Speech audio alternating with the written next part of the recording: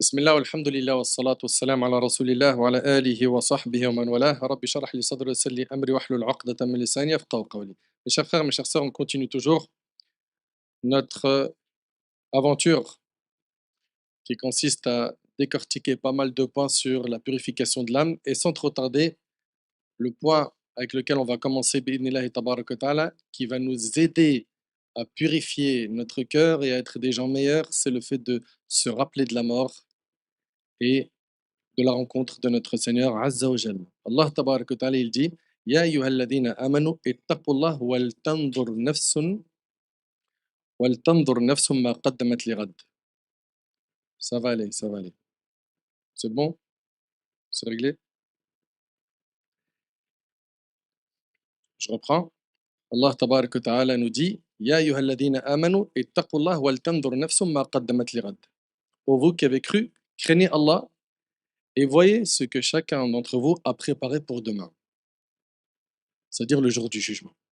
Et le prophète alayhi salatu wassalam, a dit multipliez le rappel de celle qui brise les plaisirs, à savoir la mort. Et la mort, c'est ce qui nous sépare de l'autre monde, du monde de la tombe et ce qui va venir après. La mort ne prévient pas. Et puis, comme le prophète alayhi salatu wassalam, a eu ces paroles de Jibril, il lui a dit Ya Muhammad, ish ma shi'ta fa innaka mayit. Oh Muhammad, vis autant que tu veux, tu finiras par mourir. Kullu man alayha fan. Allah Ta'ala il dit tout ce qui est sur la surface de la terre va un jour disparaître. Allah Ta'ala a dit au prophète sallam Afa in mitta fahumul khalidun. Est-ce que si toi tu meurs, eux ils vont rester éternellement sur terre? Chacun d'entre nous, tôt ou tard, il va quitter ce monde. Allah Ta'ala il dit Aynama takunu yudrikkumul maut. Où que vous soyez, la mort vous atteindra. قل إن الموت الذي تفرون منه فإنه ملاقيكم. Allah il nous dit la mort que vous fuyez va certes vous rencontrer. Donc ça c'est une réalité, l'humanité entière la reconnaît, musulmans, non musulmans, tout le monde sait qu'un jour ou l'autre on va partir. Non tant que musulman, c'est qu'après la mort commence une autre vie. Et le prophète alayhi salatu wassalam, il nous a enseigné dans un hadith, il n'y a de vraie vie que celle de l'au-delà. La vraie vie c'est pas celle-là. Comme disent notre jeunesse, cette vie c'est du falche. C'est du mytho. La vraie vie, c'est l'autre. Elle est éternelle, c'est la demeure de stabilité. Il n'y a plus aucun problème, aucun souci, aucun chagrin, aucune maladie, aucune tristesse, aucune rancune, aucune envie, aucune jalousie. Et pour l'éternité, il faut vraiment être, mais vraiment être chaos spirituellement pour ne pas investir pour l'au-delà. Le croyant, il fait très attention à ce que ses actions soient toujours en conformité avec la religion. Est-ce qu'on est en train de dire par là qu'on est des anges infaillibles? Non. Le prophète s'en a dit, tous les fils d'Adam sont des pécheurs. Et les meilleurs d'entre eux sont ceux qui se repentent. On fait tous des péchés. D'accord? Mais, à chaque fois que tu fais un péché, souviens-toi d'Allah. Rappelle-toi d'Allah. وَالَّذِينَ إِذَا فَعَلُوا فَاحِشَةً أَوْ ظَلَمُوا أَنفُسَهُم, ceux qui, quand ils commettent une turpitude ou qu'ils sont injustes envers eux-mêmes, Zakarullah, se souviennent d'Allah. Et après, Zakarullah, zid, wastaghfaru li dhunubihim, et ils demandent pardon pour leurs péchés. Et qui donc, à part Allah, pardonne le péché? Et Allah il dit walam yusirru ala ma fa'alu, et qui ne persistent pas dans la désobéissance qu'ils ont faite. Arrêtez, arrêtez de persister dans les mêmes péchés, ces addictions qui sont en train de vous tuer le cœur. Faites attention et pensez à cette rencontre. Dans le hadith de Adi, qui est dans les recueils authentiques, le prophète, alayhi salatu wassalam, il nous dit il n'en est pas un parmi nous qui ne parlera pas à Allah sans qu'il y ait d'intermédiaire. Chacun d'entre nous va avoir une discussion avec Allah en direct, sans intermédiaire. On est prêt pour ce jour-là? Imagine-toi le jour du jugement, te retrouver à entendre mon serviteur. Tu te rappelles tel et tel péché? Mon serviteur. Pourquoi est-ce que tu as eu honte des gens et tu n'as pas eu honte de moi? Mon serviteur, pourquoi? Pourquoi tout ce temps-là ne t'a pas permis de te réformer? Mais qu'est-ce que tu vas dire à Allah tabarak wa ta'ala? Imagine que tu entends ces questions. Enfin, mon frère Redouane, il va compléter, Inch'Allah, parce qu'on a pas mal de choses à vous dire sur ce point. Parce qu'on parle de le maout, la mort, ça laisse toujours un grand froid. Et pourquoi? C'est parce que ça nous ramène à une réalité, tout simplement. Une réalité qu'on veut très souvent fuir, qu'on veut oublier. Vous savez, toute l'humanité, sont tous d'accord sur une chose, c'est qu'on va tous mourir. Tous. C'est pas que les musulmans qui le. C'est pas une croyance musulmane, c'est pas parce qu'on est religieux, peu importe la religion, qu'on croit en la mort. Tout le monde y croit, tout le monde. À la différence du commun des mortels, c'est que le musulman, il sait que cette mort, c'est quoi? C'est le début. C'est pas la fin, c'est le début. C'est la fin de cette vie, certes, mais c'est le début d'une vie qui sera bien, bien. Et le musulman, la mort, elle ne doit pas l'effrayer tant que ça. Il est certain, je vais mourir, je vais mourir. Allah, il a destiné le jour où il a insufflé l'âme dans mon corps, alors que nous étions encore dans le ventre de nos mères, il a destiné déjà à ce moment-là quand est-ce qu'on allait mourir. L'espérance de vie, elle était déjà actée. Nous, on sait quand est-ce qu'on est né. Tout le monde connaît sa date de naissance. On ne connaît pas notre date de mort. Personne ne la connaît. Vous savez, les gens, quand ils fêtent un anniversaire, oui, une année de plus. Pour le musulman, c'est une année en moins. S'il y a bien une chose qu'il y a dans ton espérance de vie, c'est du moins, pas du plus. Tu as fait plus d'actions, oui, mais tu es en train de vivre moins. Et la mort, quand je vous dis, elle ne doit pas nous effrayer en soi, c'est quoi? C'est-à-dire qu'on doit s'y préparer, en fait. Je sais que je vais mourir, je vais mourir. Bah, prépare-toi, prépare-toi. Il y avait un poète qui disait Al-mawtu babun wa kullu nasi dakhiluhu. La mort est une porte. C'est le seuil d'une porte. Et tout le monde va passer ce seuil-là. Falayta sha'ri wara al-babi maddaru. Malheur à moi, après cette porte, quelle demeure je vais trouver? الدار جنة الخلد إذا عملت بما يرضي الإله وإلا فالنار. La porte, la demeure que tu vas trouver derrière, ce sera un paradis éternel si tu as œuvré comme ton Seigneur le souhaitait, ou sinon c'est l'enfer. Deux destinations, pas trois, pas quatre, pas cinq. Deux. Deux. Et on sait qu'avant cette destination, il va y avoir un jugement long, difficile, où tout sera exposé. Tout ce qu'on cherche à cacher nous, ce sera exposé.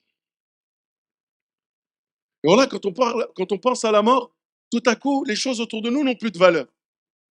Ce téléphone, finalement, franchement, c'était pas si important que ça d'aller vendre de drogue ou je ne sais quoi pour pouvoir me payer ce dernier iPhone. Qu'est-ce que je veux dire? Finalement, il n'a pas de valeur. Quand on parle, on pense à la mort, quand on pense à toutes ces personnes qui nous ont quittés, on se dit, mais finalement, c'était ça la vie. C'est ça. Donc en fait, on est là au quotidien, on doit faire des efforts. Des fois, subhanallah, on a cette réflexion, on se dit, mais tous ces gens qui ne croient pas en l'au-delà, c'est quoi le but de leur vie? Vous imaginez tous les matins aller au travail, supporter des fois un travail qui est pénible, supporter la pression du patron, avoir du mal à boucler les fins de mois, etc. Je dis, mais c'est. En fait, on a envie de leur dire, mais pourquoi tu vis? On n'est pas en train de les pousser au suicide, hein, attention. Mais juste explique-moi, pourquoi tu te prends autant la tête? Si à la fin, pour toi, à la fin, il n'y a rien. Non, j'attends juste de mourir tout seul, que mes enfants me placent dans un EHPAD, d'accord? Et que là-bas, ben, on s'occupe de moi jusqu'au jour où ben, je pars. Et c'était ça ta vie, en fait, la galère. Alors que nous, le musulman, non. Au contraire, on sait que cette vie, c'est une vie où il faut quoi? C'est une mise à l'épreuve. Ça demande quoi? Des efforts, ça demande de l'investissement, ça demande du sérieux, de la sincérité dans nos actions pour Allah subhanahu wa ta'ala, parce qu'on a cette conviction que de l'autre côté, il y a quelque chose, insha'Allah, qui nous attend.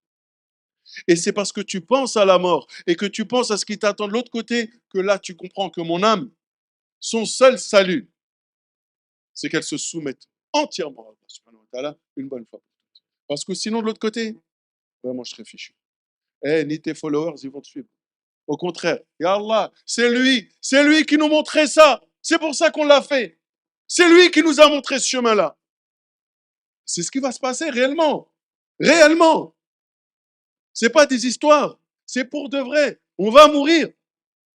Un jour, on parlera de Nader, on parlera de Redouane, on parlera d'un tel et on dira Rahimahumullah. C'est ce qu'on dira. Comme on l'a dit pour certains des membres de notre famille. ou même des amis qui sont décédés alors qu'ils étaient encore jeunes. Parce que la mort, elle prévient. Se rappeler de la mort, c'est pas pour mettre une atmosphère glaciale, c'est juste pour vraiment ouvrir les yeux sur une réalité. Wallahi, je pose la question, vous allez me dire, je la pose toujours cette question. Taïb. Qui peut me jurer que ce soir il est vivant? Vas-y, je prends au mot qui veut, n'importe qui. Il dit Wallahi al-azim, moi demain matin je suis sain et sauf, je suis vivant. Je vous prends tous en main. Allez, qui est capable? Personne. Et pourtant, on a fait des espoirs. Je commencerai Salat l'année prochaine. Inch'Allah, je vais arrêter avec ma copine. Quand je vais me poser, Inch'Allah, dans quelques semaines, je vais réfléchir, je vais me poser, je vais arrêter mes bêtises. Arrête! T'es même pas capable de jurer que demain t'es vivant. Et tu fais des plans sur 10 ans, 20 ans, 30 ans. Demain, peut-être on priera sur toi. Qu'est-ce que tu racontes? Alors le but, ce n'est pas de rien faire de sa vie, si faites. Mais assurez-vous que ce que vous faites, vous ne le regretterez pas. Parce que tout ce que tu feras dans ce bas monde, tu le retrouveras. Si c'est du bien, ça sera du bien. Si c'est du mal, fala talumanna illa nafsak. Alors, tu peux t'en prendre qu'à toi-même. Et vous voyez comment ça apaise, l'air de rien, ce rappel, même s'il est dur, vous voyez comment il fait du bien en vrai. Vous avez vu comment on se sent finalement? En fait, c'est ça. Je vais mourir un jour, oui. Bah, maintenant, prépare-toi. Prépare-toi. Et vis ta vie, hein, épanoui, sois heureux, profite de la vie, fais comme ça s'appelle, des projets dans ta vie, il n'y a pas de souci. Mais n'oublie pas, dans le rétroviseur, n'oublie pas, la mort, elle est juste derrière. Donc, n'oublie pas tes prières à l'heure. Fais en sorte de ne pas faire des péchés que tu pourrais regretter. Si tu dois des choses à des personnes, rends-leur. Et Inch'Allah, avance. Et le jour où la mort viendra te prendre, c'est une question aussi qu'on doit se poser. Aujourd'hui, là, maintenant, si on te disait la mort, elle vient dans 1 heure. L'ange de la mort, il est sympa avec toi. Il va dire, écoute, toi, je t'aime bien. Dans 1 heure, je viens, je récupère ton âme. Prépare-toi. Franchement, qui d'entre nous se dirait, c'est bon, je suis prêt. Bismillah. Ah là, je suis prêt. J'ai qu'à m'allonger, j'attends. Ah, ya Rabbi, je suis prêt, j'attends que ça. Et Allah de te rencontrer. Franchement, disons, on se dise la vérité. C'est pas trop ce qui passe en tête. On sait qu'il y a des choses, ouah, j'ai l'autre, je lui ai arnaqué de l'argent, faut que je le rentre. L'autre, je lui ai promis ceci, je lui ai menti. On commence à faire, ouah, mais en fait, il y a tellement de choses à faire. En 1 heure, je n'aurai jamais le temps de les faire. Sauf que Allah, subhanahu wa ta'ala, lorsqu'il décrète la mort, rien ne la retarde. Pas une seconde, pas un instant. Et si la meilleure des créatures a goûté à la mort, nous allons y goûter, nous aussi y goûter, parce que la mort, elle n'épargnera personne. On a tendance à croire que ça touche que les autres, mais ça nous touchera, et qu'Allah subhanahu wa ta'ala nous accorde la meilleure des morts. Dites Amin. Par rapport à ce point, pour le compléter très rapidement et enchaîner sur ce qu'on a à vous dire, si tu veux, la mort, prends-le comme le panneau que tu vois sur l'autoroute, qui est en train de te rappeler à chaque fois la limitation de vitesse. Donc garde en tête à chaque fois que tu n'as pas le droit de faire des excès. Tu n'as pas le droit. Que tu n'as pas le droit de dépasser les limites. Et que si tu le fais, bah, tu n'es pas à l'abri derrière d'avoir des sanctions. Mes chers frères, mes chères sœurs, on continue toujours à expliquer les moyens les plus efficaces pour purifier son âme. Et le prochain moyen, c'est l'avant-dernier. On va essayer de l'aborder rapidement parce que le mot de la fin, lui, sera long. Le prochain point qu'on va aborder avec vous, c'est la fréquentation. Tu veux devenir quelqu'un de bien, mais regarde, tu fréquentes qui? Vous savez très bien qu'on a un dicton qui dit dis-moi qui tu fréquentes, Zid, je te dirai qui tu es, n'est-ce pas? Le prophète, il a dit Al-mar'u ala dini khalili. L'homme prend la religion de son ami intime. Si ton meilleur pote, il est dans la religion, il va te tirer vers le haut. Si ton meilleur pote, meskin, il est loin, il est égaré, il va t'amener vers l'égarement. S'il est insouciant, tu vas devenir insouciant. Si c'est un fou amoureux de l'argent, tu vas penser qu'aux chiffres, qu'à l'euro. Et c'est pour ça qu'à la fin du hadith, le prophète dit "Falyanzur ahadukum man yukhalil." Prenez garde à qui vous prenez comme fréquentation. Ne fréquente pas n'importe qui. Fais gaffe. La fréquentation, elle peut t'emmener très loin dans l'égarement. Elle peut même faire en sorte, écoute bien, elle peut même faire en sorte que tu perds ta place au paradis. Abu Talib, c'était qui? C'est une question. Ouais, Barakallahu fik. Oui, l'oncle du prophète, alayhi salatu wassalam. Il est mort à al-kufr, n'est-ce pas? Il n'est pas mort musulman. Dans le hadith de Saïd ibn Musayyib, quand il était sur son lit de mort, il est à l'agonie, le prophète, il lui dit oh mon oncle, une parole. Tu prononces une parole, j'intercède pour toi aujourd'hui. Dis juste la ilaha illallah. Juste témoigne. Reconnais Allah. Qu'est-ce qu'il a fait? À ce moment-là, il a regardé ses amis et il a fait le mauvais choix parce qu'il ne voulait pas décevoir ses potes. Et il est mort à l'al-kufr. et il s'est privé de l'entrée au paradis à cause de sa fréquentation. L'affaire est grave. Et ne me dis pas, ouais, mais moi, ça va. Déjà, l'histoire de moi, ça va, te jeter des fleurs, ça condamne-la. Parce qu'aucun parmi nos ancêtres s'est jeté des fleurs. Aucun. Quand tu regardes, subhanallah, comment ils faisaient toujours quoi? Un examen de conscience, ils critiquaient leur âme et ils ne se voyaient pas au top. Ça, c'était nos ancêtres. Donc, si toi, tu me dis, non, moi je suis bien, moi, qu'est-ce que je rajoute, moi? Moi, je suis au max. Si tu dis ça, ou si tu te vois sincère, sache que ta sincérité a besoin de sincérité. Sache que ta relation avec Allah, tu dois la réparer. Le meilleur des hommes, Muhammad, alayhi salatu wassalam. Allah subhanahu wa ta'ala, il a dit وَاصْبِرْ نَفْسَكَ مَعَ الَّذِينَ يَدْعُونَ رَبَّهُمْ بِالْغَدَاةِ وَالْعَشِيِّ يُرِيدُونَ وَجْهَهُ. Allah subhanahu wa ta'ala, il a dit au prophète, le meilleur des hommes, il a dit, reste en compagnie de ceux qui invoquent leur Seigneur matin et soir, ne désirant que sa face, c'est-à-dire sa satisfaction. Reste avec eux, ne les quitte pas. Ça, c'est le prophète, Allah, il lui dit, ne reste qu'avec les gens qui sont proches du dîn, avec les compagnons. Mais qu'en est-il de nous? Surtout dans notre contexte où, malheureusement, les pieux et les pieuses, ça court pas toutes les rues, c'est vrai ou pas? Beaucoup de gens autour de nous appellent à l'égarement, ils appellent au haram, au faux, au péché. Et donc toi, si tu fais pas attention à ta fréquentation, tu vas te retrouver tôt ou tard à avoir des regrets sincères. Et surtout une chose, tu sais que le jour du jugement, ton meilleur pote, ça va devenir un ennemi s'il n'était pas dans la religion. Allah il dit, les amis ce jour-là, le jour du jugement, seront ennemis les uns des autres, excepté les pieux. Et Allah il dit, le jour où l'injuste il va se mordre les mains. Si seulement, ça c'est dans le Coran. Mais je sais pas pourquoi ça parle pas à notre cœur tout ça.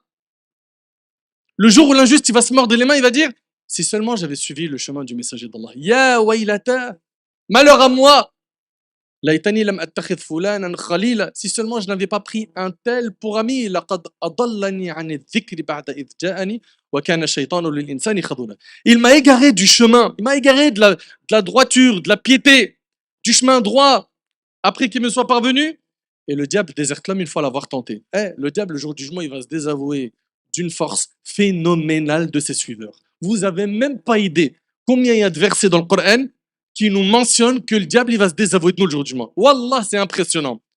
Dans Sourate Ibrahim, il va tenir, le diable, il va tenir un discours en enfer où il dira quoi?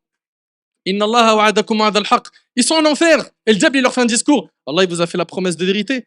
Et moi je vous ai fait une promesse que je n'ai pas tenue. وما كان لي عليكم من سلطان. Et je n'avais aucune autorité sur vous. Moi j'y suis pour rien moi. إلا أن دعوتكم فاستجبتم لي. C'est juste que je vous ai appelé à faire le haram et vous m'avez répondu. فلا تلوموني ولوموا أنفسكم. Ne me blâmez pas, ne me faites pas de reproches, mais faites-en à vous-même. Et t'imagines, je sais pas si on réalise un peu, désavouons-nous rapidement de lui avant qu'il se désavoue de nous le jour du jugement. Et c'est une histoire de choix. Il y en a parmi nous, ils écoutent et ça trouve tout de suite écho dans leur cœur. Et il y en a malheureusement, c'est comme un fond sonore que tu vois dans une vidéo TikTok. Tu as vu le fond là, l'anachid, hein? Toi, tu es en train de te concentrer sur le discours et il y a un petit son derrière. Il y en a, les discours comme ça, bah, pour lui, c'est le fond du TikTok. Faites bellec. L'affaire, elle est hyper importante, elle est hyper sérieuse. C'est pas de la blague ce qu'on est en train de voir. Donc, par rapport à la fréquentation, je vais laisser mon frère Redouane en toucher un mot. Puis après, on parlera, Inch'Allah, des clés pour purifier, ou plutôt des types d'âmes. Après cela, Inch'Allah, on parlera des types d'âmes. On disait la fréquentation, c'est extrêmement important. Et l'être humain, on le disait tout à l'heure, hein, il est très influençable. Il est très influençable. Et on avait parlé justement, l'entourage jouait beaucoup sur cette influence. Et depuis tout à l'heure, on donne des mauvais exemples. Il faut voir aussi les bons exemples. Combien de personnes, tout à l'heure, on parlait de ces personnes qui sont converties ou qui sont revenues dans le din, qui avaient eu c'était suite à l'impact du Coran dans leur cœur. Mais combien de personnes aussi ont suivi justement ce chemin de la droiture parce qu'elles ont fréquenté des bonnes personnes? Parce qu'à un moment donné, elles avaient des collègues de travail. Bon, ça arrive souvent chez nos musulmans. J'avais un collègue ou une collègue, machallah, très correct, très serviable, efficace dans son travail, parle pas sur les gens, digne de confiance, etc. Et quand, bah voilà, en échangeant, ah, c'est ta religion qui t'enseigne ça, parce que la religion, ça enseigne ça, ah bon, ça enseigne. Et petit à petit, qu'est-ce qui se passe? Bah, cette personne, elle tend vers elle. Voilà, elle est attirée par le comportement de cette personne, l'attitude de cette personne, et ensuite, qu'est-ce qu'elle fait? Eh bien, elle fait le choix de justement de prendre le même chemin que cette personne par la permission d'Allah subhanahu wa ta'ala. Donc, bien sûr, l'inverse est possible aussi, d'accord, et tout à fait juste, hein. Donc, aussi bien les personnes mauvaises vont te tirer vers le bas, aussi bien les bonnes personnes vont te tirer vers le haut. Et c'est pour ça qu'on doit toujours se dire, nous, le jour du jugement dernier, avec qui on veut être réunis. Allah, le prophète sallallahu alayhi wa sallam, il nous dit Al-mar'u ma'a man ahab. La personne, elle sera ressuscitée yawm al-qiyamah avec celle qu'elle aime. Et en général, les personnes qu'on fréquente, nos amis, etc., c'est parce qu'on les aime. Pose-toi les questions. Qui est-ce que tu portes dans ton cœur? Parce que tu seras ressuscité avec ces personnes. Alors ceux qui ont dans leur cœur justement les gens pieux, ceux qui ont dans leur cœur le prophète sallam, les compagnons, tous ces savants de l'islam, ces milliers de savants hein, qui ont vécu hein, pendant ce millénaire et demi de l'islam, etc. Quand ton cœur il est accroché à eux dans leur vie, en train de vivre avec eux, comme si tu étais avec eux, bah, yawm al-qiyamah, bi-idnillah, tu seras avec eux. Et ces personnes que tu aimes écouter à travers des discours, comme c'est le cas de beaucoup de prédicateurs sur le net, ou que ce soit des prédicateurs ou des professeurs que tu côtoies, qui tu suis, avec qui tu suis les cours, etc., et que ces personnes prennent la place dans ton cœur, Inch'Allah, c'est avec eux que tu seras ressuscité. Mais si celui que tu as dans ton cœur, c'est un joueur de foot, c'est un acteur, un rappeur, un influenceur, un je ne sais quoi, bah dis-toi bien que tu seras ressuscité avec lui. Et franchement, il y en a certains. Je pense pas que c'est un bon investissement d'être ressuscité à côté d'eux, sauf si Allah les guide, bien sûr, et c'est ce qu'on leur souhaite. Hein. Ce qu'on leur souhaite, hein, c'est le bonheur dans ce bas monde et surtout dans l'au-delà. Mais quand on voit les modèles qu'ils sont, et bon, on se dit, est-ce qu'on veut vraiment être ressuscité avec ces gens-là? Cette fréquentation, elle va te tirer vers le haut. C'est pour ça que tu dois la sélectionner. C'est pas grave si tu n'as pas d'amis. Hein. Mieux vaut être seul que mal accompagné. Hein. Mieux vaut être seul que mal accompagné. Si ton carnet d'adresses ou ton répertoire finit avec 10 numéros, alhamdulillah. Si ces 10 personnes qui sont dans tes contacts, ce sont des gens qui, mashallah, sont au top, alhamdulillah, vaut mieux être avec eux qu'avoir un carnet d'adresses ou des contacts dans son téléphone, en avoir 500, 600, 700, et qu'il n'y en a pas un qui est capable de te tirer vers le haut. Ils vont te servir à quoi finalement? L'intérêt qu'on a à se fréquenter, ça ne doit pas être un intérêt qui est lié par le matériel. D'accord? Je ne fréquente pas un tel par intérêt mondain. Je sais que lui, voilà, si j'ai besoin d'argent, je sais que voilà, je peux lui faire comprendre, je suis en galère, dépanne-moi, s'il te plaît, etc. Il a de l'argent. Non, c'est pas ça. L'intérêt que j'ai à fréquenter telle personne, c'est est-ce qu'il va me rendre meilleur si je le fréquente ou pas? C'est mon miroir. En lui, je vois les défauts que j'ai. Je vois ses qualités, je me dis, je ne les ai pas. Tiens, en le fréquentant, je vais essayer. Combien de gros mots on a appris hein, parce qu'on a fréquenté telle personne? Qui nous a appris les mauvaises manières? C'est pas nos parents. Hein. Je pense hein, que quand Des on fois, était c'est eux, enfant, malheureusement. hein, Des fois, c'est oui, eux. moi je parle de nos parents, je ne parle Ah, pas des parents d'aujourd'hui. Nos parents, ils ne nous ont pas appris de gros mots, ça c'est sûr et certain, au contraire. Mais on a pris ça dans la rue, on a pris ça à l'école. Toutes ces mauvaises manières, on les a appris par d'autres personnes. Donc on voit bien qu'il y a eu une bonne influence d'un côté et une mauvaise influence de l'autre. Et après à nous de dire, mais laquelle je veux? Tu veux savoir laquelle tu veux? Regarde, quel est ton objectif? La satisfaction d'Allah? Oui, prends la bonne. C'est pas la satisfaction d'Allah? Fais ce que tu veux. Wallah. Ensuite, pour terminer, Inch'Allah, on a dit beaucoup de choses. Et franchement, je souhaite du fond du cœur et je demande à Allah subhanahu wa ta'ala de faire en sorte que tout ce qu'on a dit, ce soit sincère. Et de faire en sorte que tout ce qu'on a dit, que ce soit des choses qui soient acceptées yawm al-qiyamah et qu'on sera récompensé. Et j'espère pour vous et moi, ainsi que mon frère Nader, que tout ce qu'on est en train de dire, ce ne sera pas un argument contre nous yawm al-qiyamah. Parce que si on a écouté toutes ces choses juste pour s'occuper, tiens, c'est le Maghreb, c'est à quelle heure? 20h20, 20h21, 20h22, et on s'est dit, tiens, vas-y, je vais écouter, histoire de, ça va m'occuper, je vais oublier la faim et la soif. Franchement, on a perdu, vous et moi. On aurait dû rester chez nous et on aurait dû dormir. C'était beaucoup mieux. Franchement, c'était beaucoup mieux. Mais si le but, c'est de se dire, subhanallah, j'ai écouté des choses, incha'Allah, bitawfiq min Allah, ça a été correct, ça a été positif, c'est des choses qui vont m'aider dans ma vie, et à partir de ce soir, je dois me remettre en question, et bien dans ces cas-là, alhamdulillah, t'es pas venu pour rien. Alhamdulillah, t'es pas venu pour rien. Alors, il existe trois types d'âmes. Trois types d'âmes. En général, les savants ils nous les caractérisent comme ça. La première, c'est quoi? C'est l'âme incitatrice au mal. Elle, le moindre haram qui apparaît, qui est faisable, elle va te pousser à faire. D'accord? Donc maintenant, nous, on doit se dire, vas-y, je dois être honnête avec moi-même. Vous savez, on ne pourra pas guérir si on n'accepte pas d'être malade. Accepter la maladie, c'est déjà un premier pas vers la guérison. Donc, allez, soyons honnêtes. Ils vont nous exposer les 3 types d'âmes. Que je sois honnête avec moi-même, à quel type d'âme j'ai. La première, on a dit, c'est quoi? C'est le péché. Elle est attirée par le péché. Elle aime le péché. Elle se délecte du péché. Elle ne peut pas s'en passer. D'ailleurs, elle n'est pas bien lorsqu'elle n'est pas en présence de péché.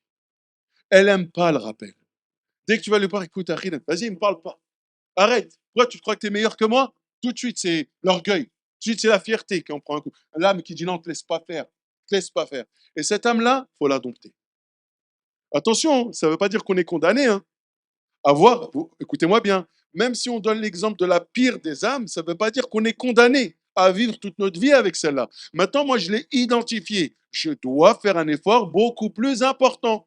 Vous comprenez? Le but, c'est d'identifier quel type d'âme j'ai pour ensuite trouver le meilleur remède. D'accord? Donc, cette âme, elle est, voilà. Tout ce qui est mauvais, tout ce qui est haram, c'est quelque chose qui la réjouit.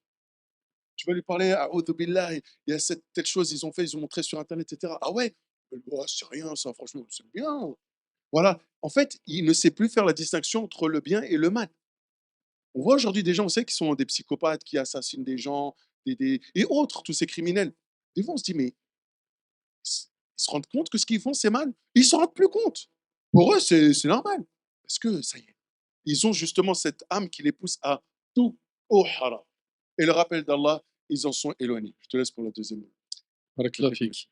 Il y a également An-Nafs al-Lawwama, l'âme qui ne cesse de se faire des reproches.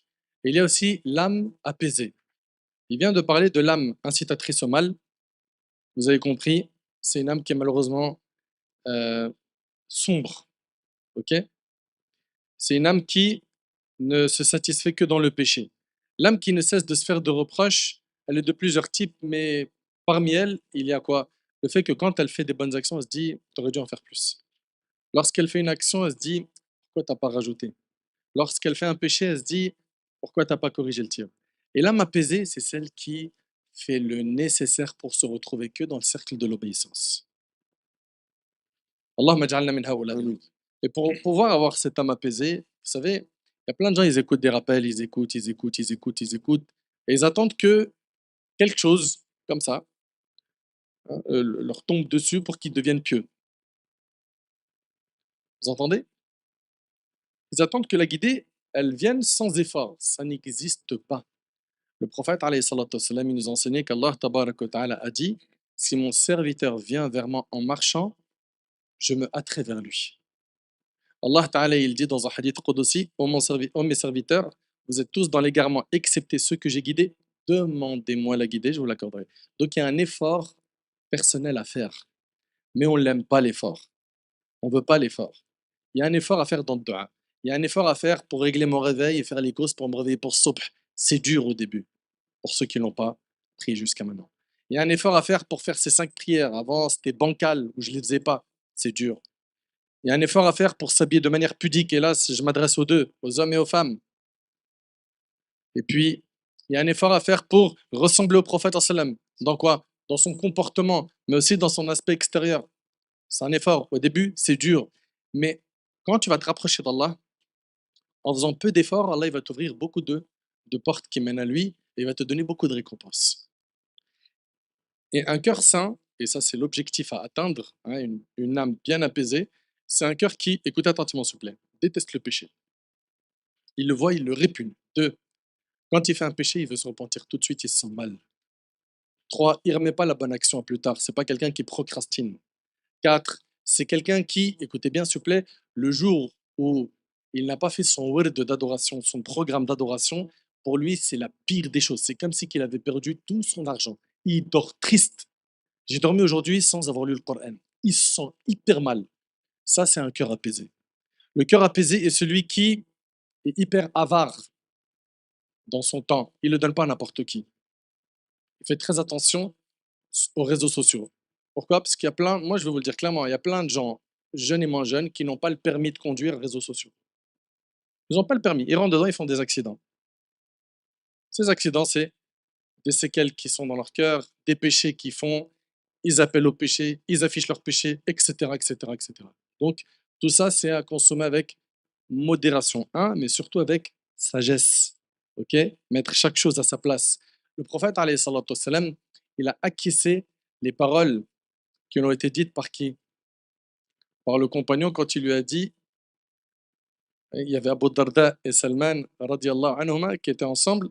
Et Abu Darda, il était très investi dans l'adoration et c'était quelqu'un qui voulait pas dormir, il voulait prier, il s'adonnait à beaucoup d'efforts dans l'ibada. Et Salman, il lui a dit, ton Seigneur a sur toi un droit, ton corps, il a un droit, ta famille a un droit. Il lui a expliqué que chaque chose a un droit et il lui a dit, donne à chaque ayant droit son droit.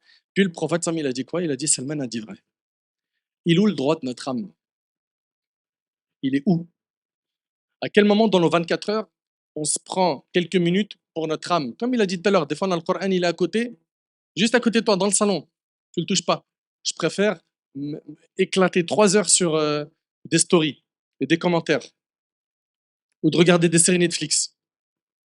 Ah ouais, parce qu'il y a, ah ouais, on m'a dit, il y a un plan là, il y a 800 vidéos dans Wallahu malakal hamd ya Rab. J'ai jamais regardé ça. Netflix, je sais pas à quoi ça ressemble, j'entends des séries, j'entends des noms, on m'informe et je tiens toujours à être informé, à être au point pour que nos exemples soient parlants avec vous, mais qu'Allah il vous préserve, votre temps il est trop précieux. Faites le nécessaire pour purifier cette âme, ok? Donc, 3 types d'âmes. Il y a l'apaisée, il y a celle qui ne cesse de se faire des reproches et il y a celle qui appelle au mal. J'implore Allah tabarak wa ta'ala de nous accorder une âme apaisée. J'implore Allah subhanahu wa ta'ala de nous aider à purifier notre cœur. J'implore Allah tabarak wa ta'ala de nous accorder la piété, la guider, la clairvoyance, une bonne fin. Et le mot de la fin, je le laisse à mon bien-aimé Redouane, Inch'Allah. Wa hafidhakum Allah wa ra'akum, wallahu a'lam. Finir, Inch'Allah, mes frères et sœurs, tout ce qu'on a exposé aujourd'hui, comme je vous ai dit, c'est ce qu'on estime avec mon frère Nader. On a beaucoup discuté, on a beaucoup échangé à se dire qu'est-ce qu'on pourrait proposer comme thème, qu'est-ce qu'on pourrait proposer comme thème. Et ce qui nous a semblé être le plus judicieux, le plus adapté, surtout en ce jour de Ramadan, c'est de parler de ce thème-là. Parce que très souvent, la spiritualité, c'est quelque chose qu'on ne connaît pas. Beaucoup de musulmans, si tu leur parles spiritualité, peut-être ils ne comprennent pas, ils voient ça dans du yoga ou dans des choses. Non, la spiritualité, ça existe dans notre vie. C'est un exercice de l'âme, c'est l'exercice de l'âme. Tout ce qu'on vous dit depuis tout à l'heure, c'est quoi? Ben, c'est du travail spirituel. C'est ce qui va pouvoir donner à l'âme sa vie, sa raison d'être, et qui va pouvoir la connecter avec l'unique créateur. Parce que cette âme, elle ne demande que ça. Elle demande qu'à une chose, elle demande à connaître son créateur. Et quand elle le connaît, c'est pour ça qu'elle devient apaisée. Et puis ces étapes de l'âme, que ce soit l'âme inségratrice du mal, que ce soit celle qui se blâme, qui blâme ou bien celle qui est apaisée, bien sûr, ce sont des étapes. Ça veut dire qu'on peut très bien passer d'une âme à une autre, comme malheureusement, on peut aussi passer d'une âme à une autre. Et quoi qu'il en soit, dans tous ces rappels-là, qu'on soit bien d'accord, wallahi qu'on ne juge personne. Parce que si on, si on devait juger des gens, on serait très mal passé. Vraiment très mal passé. On ne juge personne. Wallahi que la seule chose qui nous motive et qui nous anime dans ce discours-là, c'est parce qu'on veut le bien de la Ummah. C'est parce qu'on se dit, on ne peut pas laisser la communauté du prophète, sallallahu alayhi wa sallam, se risquer autant dans ce bas monde et se laisser avoir, alors que derrière, il y a un art, il y a l'enfer. C'est la seule chose qui nous motive. On ne demande rien d'autre en échange. Ne pensez pas, et si c'est le cas, ne pensez pas qu'on a du mépris pour vous, qu'on s'estime meilleur que vous. Wallah, Allah, il est témoin, c'est pas vrai. C'est pas du tout. La seule chose, c'est, voyez en nous vraiment des grands frères, des frères ou des fils qui veulent juste votre bien. Et qui, bi'idnillahi tabaraka wa ta'ala, essayent de transmettre ce que Allah subhanahu wa ta'ala transmet à son bien-aimé et qui ont fait le choix de transmettre eux aussi dans leur vie cette parole-là. Mais rien d'autre. On n'est pas des juges. Wallah, on n'est pas des juges. Et ce que vous faites, c'est entre vous et Allah subhanahu wa ta'ala. Nous, on aura rendre compte de ce qu'on a fait. On a chacun notre tombe. On aura notre compte. On aura nos comptes à rendre et ils seront déjà suffisamment longs pour qu'on puisse ensuite s'intéresser à des autres. Donc, voyez-y vraiment cela que de la fraternité, que de l'amour fraternel, que un souci et de la bienfaisance. هذا والله أعلم وآخر دعوانا أن الحمد لله رب العالمين. Je sais pas c'est quoi la suite. On s'arrête là. Donc on demande à Allah subhanahu wa ta'ala, en ce moment, là, en plus on approche Salat al-Maghrib, d'accepter déjà votre effort de vous être présenté à nous. On demande à Allah subhanahu wa ta'ala de vous récompenser pour votre patience et pour votre écoute. Et on demande à Allah subhanahu wa ta'ala, comme il nous a réunis ici-bas dans ce bas monde, qu'il nous réunisse tous ensemble Yawm al-Qiyamah et qu'il nous réunisse avec Mohammed sallallahu alayhi wa sallam fil Jannah. C'est ça à quoi on aspire. Et Inch'Allah, on va faire en sorte que cette assise soit un argument pour nous, Yom al-Qiyamah, et non contre nous. هذا والله أعلم وصلى اللهم وسلم وبارك على نبينا وحبيبنا محمد وعلى آله وصحبه أجمعين وآخر دعوانا الحمد لله رب العالمين.